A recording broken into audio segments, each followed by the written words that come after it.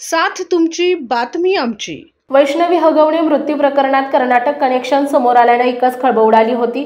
पोलिसांनी या प्रकरणी राजेंद्र हगवणे आणि त्याचा मुलगा सुशील हगवणे यांना आश्रय दिल्याप्रकरणी कर्नाटक येथील काँग्रेस आमदार आणि त्यांचा पुत्र तसेच इतर 4 जणांना अटक केली आहे। आता वैष्णवी हगवणे मृत्यू प्रकरणात आणखी एक धक्कादायक माहिती समोर आली आहे। वैष्णवीचा शवविच्छेदन अहवालात तिच्या शरीरावर एकूण 29 जखमा आढळून आल्यात, त्यापैकी 15 जखमा आत्महत्या करण्यापूर्वी 24 तासांच्या आतील आहेत अशी माहिती पोलिसांनी न्यायालयात दिली आहे। तसेच आत्महत्या केल्याच्या दिवशी वैष्णवीला सासरकडील लोकांकडून मारहाण झाल्याची माहिती देखील शवविच्छेदन अहवालातून समोर आली आहे। या अहवालाबाबतची माहिती पोलिसांनी न्यायालयात दिली आहे। त्यानुसार न्यायालयाने पती, सासू आणि नंदेच्या पोलीस कोठडीत 28 मे पर्यंतची वाढ केली आहे। या प्रकरणात वैष्णवीचे फरार असलेले सासरे राजेंद्र हगवणे आणि त्यांचा मुलगा सुशील हगवणे यांना आश्रय दिल्याप्रकरणी कर्नाटकामधील काँग्रेस आमदार वीरकुमार पाटील यांचे पुत्र प्रीतम पाटील यांना अटक केली आहे। तसेच त्यांच्यासह मोहन उर्फ बंडू भेगडे, बंडू फाटक, अमोल जाधव आणि राहुल जाधव यांना देखील पोलिसांनी अटक केली आहे। आपल्या परिसरातील महत्त्वाच्या बातम्या पाहण्यासाठी जय हिंद टाइम्स चॅनलला YouTube वर सबस्क्राइब करा